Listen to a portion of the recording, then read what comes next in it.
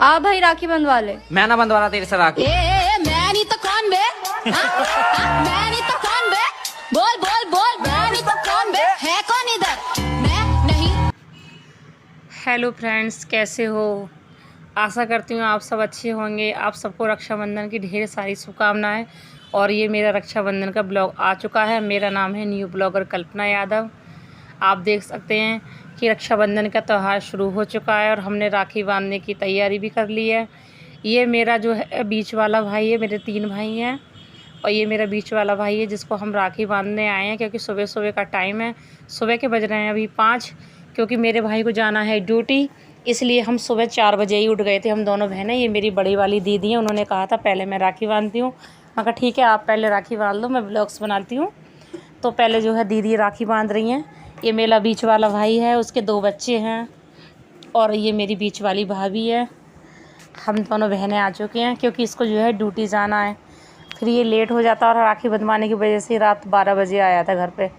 मैंने कहा भाई इस बार राखी बंधवाने आ जाना, क्योंकि पिछली 2 बार से ये आ नहीं रहा था, क्योंकि इसकी जो जॉब है ना होटल में है और होटल वाले जो है त्योहार के दिन छुट्टी नहीं देते। हम अपने भाई को बहुत मिस करते थे, लेकिन इस बार वो आया तो हमें बहुत अच्छा लगा था।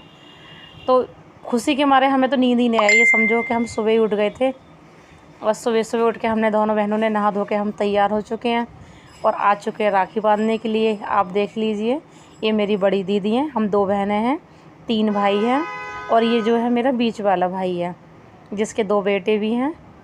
ये देखिए, और ये राखी बांधने की हमारी तैयारी हो रही है। पता है राखी के लिए हम बहुत ज़्यादा एक्साइटेड थे, कई दिन से हम तैयारियों में लगे हुए थे, क्योंकि मेरा जो मैका है वो मुरादाबाद में है और मेरी जो करंट लोकेशन है वो हरिद्वार की है। तो मैं भी एक दिन पहले ही पहुंच गई थी हरिद्वार से, क्योंकि सफ़र में जो है ना बहुत ज़्यादा परेशानी पड़ती है। कभी कभी तो ऐसा होता है कि हमें टाइम से ट्रेन या बस भी नहीं मिल पाती और त्यौहार के टाइम में ना काफ़ी भीड़ हो जाती है। तो हरिद्वार में वैसे भी टूरिस्ट हमेशा आते हैं, ट्रेन तो भूल ही जाओ, बस के भी कभी कभी लाले पड़ जाते हैं, बड़ी मुश्किल हो जाती है। जैसे तैसे हम निकले थे और हम पहुंच गए थे। दीदी तो मेरी रात को ही आई थी, लेकिन मैं जो एक दिन पहले ही आ गई थी। मैं कहा ठीक से अच्छे से आराम से हम राखी बांधेंगे। बच्चे भी देखो कितने खुश हैं, सुबह सुबह उठ गए थे, नहा धो करके तैयार हो गए हैं कि हम राखी बंधवाएंगे। ये देखो, क्योंकि इन लोगों ने भी अपने मामा के घर जाने की तैयारी कर रखी है, क्योंकि हमसे राखी बंधवाने के बाद मेरा भाई जो है मेरी भाभी को उसके मैके छोड़ेगा, उसके बाद में वो सीधा ड्यूटी निकल जाएगा। तो बच्चे भी वो काफ़ी तैयार हो गए थे सुबह सुबह उठ करके। हम दोनों बहनें काफ़ी, हमारी मस्ती भी चल रही थी। दीदी बोली थी नहीं ब्लॉग्स मत बनाओ, मैंने नहीं कोई नहीं, ब्लॉग्स बन रहा है, आप देखो सब लोग। ये मेरी दीदी ने तिल कर दिया बच्चों को, मेरे को भी तिलक किया है। तो पता है इस बार मैं बहुत खुश थी, क्योंकि इस राखी पे मेरा भाई आया था। कई राखी से उसको छुट्टी नहीं मिल रही थी, तो मन में पता ना एक सैड सी फीलिंग आती है, क्योंकि हम राखी का त्यौहार मनाते किस लिए, भाई बहन का प्यार ही होता है इसमें। भाई आता है तो अच्छा लगता है। तो मैंने कहा था देख भाई इस बार तो तुझे आना पड़ेगा, अगर नहीं आया इस बार तो सोच लेना। पता है मेरे ये मेरा भाई जो है मेरे से छोटा है। एक मेरे सबसे बड़े भैया हैं, भैया के बाद में दीदी हैं। ये देखिए, ये अब हम ऊपर से राखी बांधने के बाद में नीचे आ गए हैं बड़े वाले भाई के घर। तो बड़े वाले भाई के घर सबसे पहले लड्डू गोपाल जी बैठे थे। बच्चे बोले बुआ हमारे लड्डू गोपाल जी को राखी बांधना, तो सबसे पहले हमने लड्डू गोपाल जी को राखी बांधी। ये देखिए घर की लोकेशन हमारी कुछ ऐसी है, हमारा पुराना वाला घर है। ये हमारे लड्डू गोपाल जी जिनको राखी बंध गई है, आराम से बैठे हैं। ये मेरे बड़े वाले भैया हैं। अब ये बड़े वाले भैया हैं, हम इनको राखी बांधने आ गए हैं, लेकिन भाभी जो थी गाय का दूध निकालने घेर में चली गई थी दूसरे वाले घर में। तो हम भाभी का इंतज़ार कर रहे हैं, क्योंकि भाई और भाभी को और बच्चों को हम एक साथ बांधते हैं ना राखी, इसलिए कि वो जल्दी से आ जाए तो हम उनको भी राखी बांध दें। ये मैं बैठी थी, हम लोग, मैंने कहा चलो हम खाली बैठे तो ब्लॉग्स ही बनाते हैं, अपनी फैमिली से भी मैं आपको मिलवा दूँगी। ये मेरी बड़ी दीदी हैं, ये सबसे पहले मेरे बड़े वाले भैया हैं, उनके बाद में मेरी दीदी हैं और तीसरे नंबर पर मैं आती हूँ, मैं ये बैठी हुई हूँ पास में। और चौथे नंबर पर मेरा जो अभी जिस भाई के हमने राखी बांधी थी ना, मेरा वो वाला भाई आता है। और उसके बाद में मेरा एक छोटा भाई भी है जिसके हम राखी बाद में बांधेंगे, क्योंकि वो अभी अपनी बीवी को लेकर गया था तो आया नहीं था। तो अब हमारी राखी बांधने की तैयारी शुरू हो चुकी है। यहाँ पे हम राखी बांधनी हमने शुरू कर दी है। ये देखिए भैया भाभी है, बच्चे हैं उनके, सब आकर बैठ गए हैं। तो राखी सबसे पहले यहाँ भी दीदी बांध रही हैं। मैं दीदी बड़ी हैं तो हम दीदी को ही पहले सारे काम करने देते हैं। तो मैं कहा दीदी आप ही बांधो पहले राखी, उसके बाद मैं बांधूँगी। तो दीदी ने जो है सबसे पहले राखी बांधनी शुरू कर दी है। तो मेरे बड़े भाई की फैमिली में मेरे बड़े भैया हैं, भाभी हैं, उनके 2 लड़के हैं, 2 लड़की हैं। अब देखो मेरा नंबर आ चुका है राखी बांधने का। दीदी के बाद में मैं राखी बांध रही हूँ यहाँ पे। सबसे पहले मैं अपने भाई को और भाभी को तिलक करूँगी और बच्चों को भी तिलक करूँगी। उसके बाद में तिलक करने के बाद में मैं सबको राखी बांधूँगी, मिठाई खिलाऊँगी। ये मेरा छोटा भाई जिसको मैंने राखी बांध दी थी और जिसके साथ मेरी मस्ती चल रही थी, जिसके साथ मेरा झगड़ा ना हमेशा होता ही रहता, जो मुझे चिढ़ा रहा था कि नहीं नहीं दीदी मैं ये नहीं दूंगा, मैं वो नहीं दूंगा। बस थोड़ी सी उसके साथ मेरा लड़ाई झगड़ा भी चल रहा था और जिसके ऊपर मैंने एक वीडियो भी बनाया था। तो मेरा भाई बोला नहीं नहीं मैं राखी नहीं बंधवाऊँगा, तो मैंने उसकी कुछ पिटाई भी कर दी थी। अब हमारे जाने की हो रही है तैयारी। मेरी मम्मी और मेरी बड़ी भाभी जो है हमारी विदाई की तैयारी में लग चुकी हैं, क्योंकि हमारा जो सफ़र है वो दूर का रहता है। तो हम सब्जियाँ पूड़ी कुछ खाना लेके जाते हैं ना, वो ख़राब हो जाता है। तो मैंने कहा मम्मी से मम्मी सिर्फ कचौड़ियाँ बना दो, ख़राब भी नहीं होंगी और हमें भूख लगेगी तो हम निकाल के ऐसे ही खा लेंगे।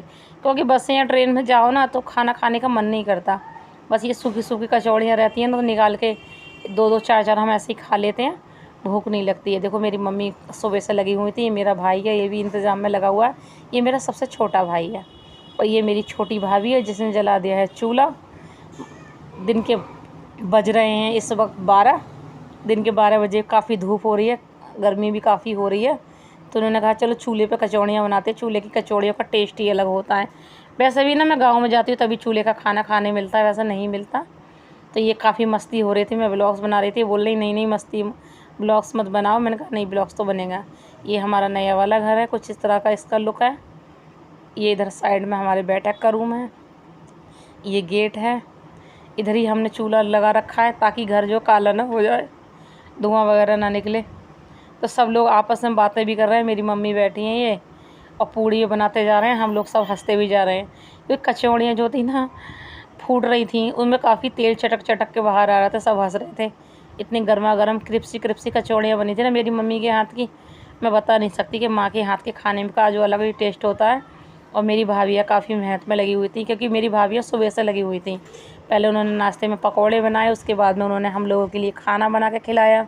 खाने में छोले थे, पूड़ी थे, चावल थे। और हमारी अब विदाई भी हो चुकी है घर से, हमने खाना वाना लेकर आ चुके थे। जैसे ही हम रोडवेज पर आए हमें तुरंत बस मिल गई, एकदम तैयार मिली थी। तो हमने बस में बैठ कर अपने शहर को कहा बाय बाय। पता है अपना शहर छोड़ते पे ना बहुत दुख लगता है। मुझे तो पता नहीं, बहुत ज़्यादा बैड वाली फीलिंग आती है अपने शहर को छोड़ते पे, बहुत ज़्यादा दुख होता है। ऐसा लगता है पता नहीं अब क्या है ये, बस एक मजबूरी है जो मुझे वहाँ जाना पड़ता है। लेकिन मुझे ना अपना शहर ही सबसे अच्छा लगता है। मेरा बेटा भी काफ़ी सैड हो रहा था क्योंकि उसे गांव में जाके बहुत अच्छा लगता है। उसका तो गांव से आने का मन ही नहीं करता, जब भी वो बातें करता है गांव की करता है। तो बहुत इमोशनल हो रहा था। लेकिन इसके एग्ज़ाम्स चल रहे हैं, इस वजह से हमें जल्दी निकलना पड़ा।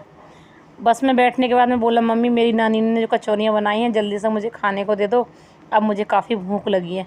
क्योंकि घर पे तो इसने कुछ खाया नहीं था, क्योंकि बच खेलने में मस्त रहता है। वहाँ जाके ये सोचता है कितनी आबदारी कर लूँ, कितना मैं घूम लूँ, कितनी मस्ती कर लूँ। तो इसने कहा नहीं मुझे नहीं खाना, मुझे नहीं खाना। जैसे ही हम बस में बैठे बोला मम्मी मेरी नानी ने कचौरियाँ बना के दी हैं, जल्दी से दे दो, मुझे बहुत तेज़ भूख लगी है। तो कचौरियाँ भी खा रहा है, थोड़ा सा उदास भी है, उसके मन में अभी थोड़ी फीलिंग आ रही है कि हाँ हम क्यों जा रहे हैं। और मेरे से बातें भी कर रहा है, मैं उसको खुश करने की कोशिश में लगी हुई हूँ ताकि वो थोड़ा सा हंसे। मैंने कहा बेटा कोई नहीं, अगली बार हम फिर से गांव आ जाएंगे। फिर अब इस बार जब हम गांव आएंगे तो रुकने के हिसाब से ही गांव में आएंगे। बोला ठीक मम्मी आप भी पूड़ी खा लो। मैं कहा नहीं मैंने पूड़ी खानी है अभी, आप ही खाओ। पीछे मेरे हस्बैंड बैठे हैं, रक्षाबंधन त्यौहार का दिन है ना, इसलिए बस में जो है काफ़ी भीड़ थी। तो और मेरा बेटा आगे वाली सीट पर बैठ गए थे, हस्बैंड को पीछे जगह मिली तो वो पीछे बैठ गए। मैं कहा अभी तो सीट मिल रही है, फिर बाद में पता चले कि सीट भी ना मिले, इसलिए हमें जहाँ जहाँ जगह मिली हम वहाँ बैठते गए। बस आराम से ठीक ठाक हमें जो है हमारा जो सफ़र है कट गया था। ये देखो काफ़ी आबदारी भी कर रहा है, पूड़ियाँ खाते खाते कचौड़ियाँ। कह रहा मम्मी मेरी नानी ने कचौड़ियाँ बहुत टेस्टी बनाई थी। अब पूरा दिन सफ़र करने के बाद में शाम के बज चुकी हैं 6 और शाम के 6 बजे का ये नज़ारा है। अभी हमारी एंट्री हो चुकी है हरिद्वार के जंगल में। ये हरिद्वार के जंगल में जो है बस कम से कम 1 से 1.5 घंटे तक चलती है और 1 से 1 घंटे चलने के बाद कहीं जाके हम निकलते हैं, हरिद्वार में आते हैं। हरिद्वार के जंगल में आने के बाद में हमारी बस शाम का नज़ारा कुछ इस तरह का हो चुका है। ये देखिए मैंने इसकी वीडियो बनाई है क्योंकि बैठे बैठे मैं भी काफ़ी थक चुकी थी। 5 घंटे का सफ़र होता है, 5.5 घंटे हमें लग जाते हैं मुरादाबाद से हरिद्वार तक आने। तो ये हरिद्वार के जंगल बहुत ही सुहाने लग रहे थे मुझे। शाम का नज़ारा काफ़ी देखने लायक था, इतना अच्छा लग रहा था बस देखते हो आँखों को एक सुकून सा फील होता है। ये देखिए इन जंगलों के बाद में ही चंडी माता का मंदिर आता है। आप में से कुछ मेरे सब्सक्राइबर ऐसे होंगे जो हरिद्वार में आए होंगे, चंडी माता के मंदिर में घूमे भी होंगे। ये देखिए जंगल का, हरिद्वार के जंगल का नज़ारा है, कितना अच्छा लग रहा है, प्यारा प्यारा। पुल के ऊपर हमारी बस चल रही है और नीचे ये बहते हुए गंगा के मैदान हैं। इस समय बारिश का सीज़न होता है तो यहाँ पर गंगा की बाढ़ जब आती है ना तो सारे में पानी पानी हो जाता है। अभी कहीं कहीं पानी सूखा हुआ है और कहीं कहीं पर पानी यहाँ पर है भी। इस समय यहाँ सारे में जल ही जल हो जाता है। ये गंगा जी हैं, अभी थोड़ी सी पतली सी एक धार बह रही है यहाँ पे। ये देखिए सारा जो एरिया आपको दिखाई दे रहा है ना बारिश के मौसम में ना, यहाँ सारे में पानी पानी जल जल फैल जाता है एक तरह से। अभी गंगा जी जो है थोड़ी साइज में छोटी हो गई हैं इधर, वैसे पानी की जब आता है ना बारिश का तभी सारे में फैल जाती हैं। बहुत ही एकदम ब्यूटीफुल सा नज़ारा था जो देखने में बहुत ही मन को सुकून देने वाला था। ये देखिए और मैं यहाँ पर वीडियो शूट कर रही हूँ। सारा दिन की हम पे थकान इतनी चढ़ चुकी थी क्योंकि आज हम सुबह ही उठ गए थे 4 बजे। 4 बजे से उठ के बीच वाले भाई को राखी बांधी, फिर बड़े वाले भाई को राखी बांधी क्योंकि आज जो राखी का मुहूर्त था सुबह के 7 बजे तक था। तो सारी राखी वाखी बांधने के बाद में मेरे हस्बैंड को भी आना था, बच्चे का भी पेपर था। तो मैंने कहा चलो अब जाना तो हमें है ही, आज जाएँ तो हम कल जाएँ तो फिर हम जो है आज ही वहाँ से निकल आए। ये देखिए गंगा जी हैं ये दूसरी, क्योंकि यहाँ चारों तरफ आपको हरिद्वार में आप जहाँ भी नज़र घुमाओगे ना आपको गंगा गंगा ही, गंगा का नज़ारा ही दिखेगा। किस दिन मैं कोशिश करूँगी कि लाइव ब्लॉग बनाऊँ आप लोगों को हर की पौड़ी पर जाके और वहाँ से आपको पूरे गंगा का दृश्य दिखाऊँ, कैसे वहाँ पे गंगा जी हैं, कैसे वहाँ पे पूजन होता है, क्या होता है। किसी दिन मुझे टाइम मिलेगा तो मैं ज़रूर जाऊँगी और आप लोगों के लिए लाइव ब्लॉग्स ज़रूर बनाऊँगी वहाँ पे। ये देखिए कहता है इन जंगलों में ना चीते वगैरह सब घूमते हैं और हमारी बस की एंट्री हो चुकी है अब हरिद्वार में। और अब मैं करती हूँ अपने ब्लॉग का एंड। मिलती हूँ अगले ब्लॉग में। अगर मेरी वीडियो आपको थोड़ी भी पसंद आती है तो प्लीज़ लाइक करें, शेयर करें, कमेंट करें। तब तक के लिए बाय।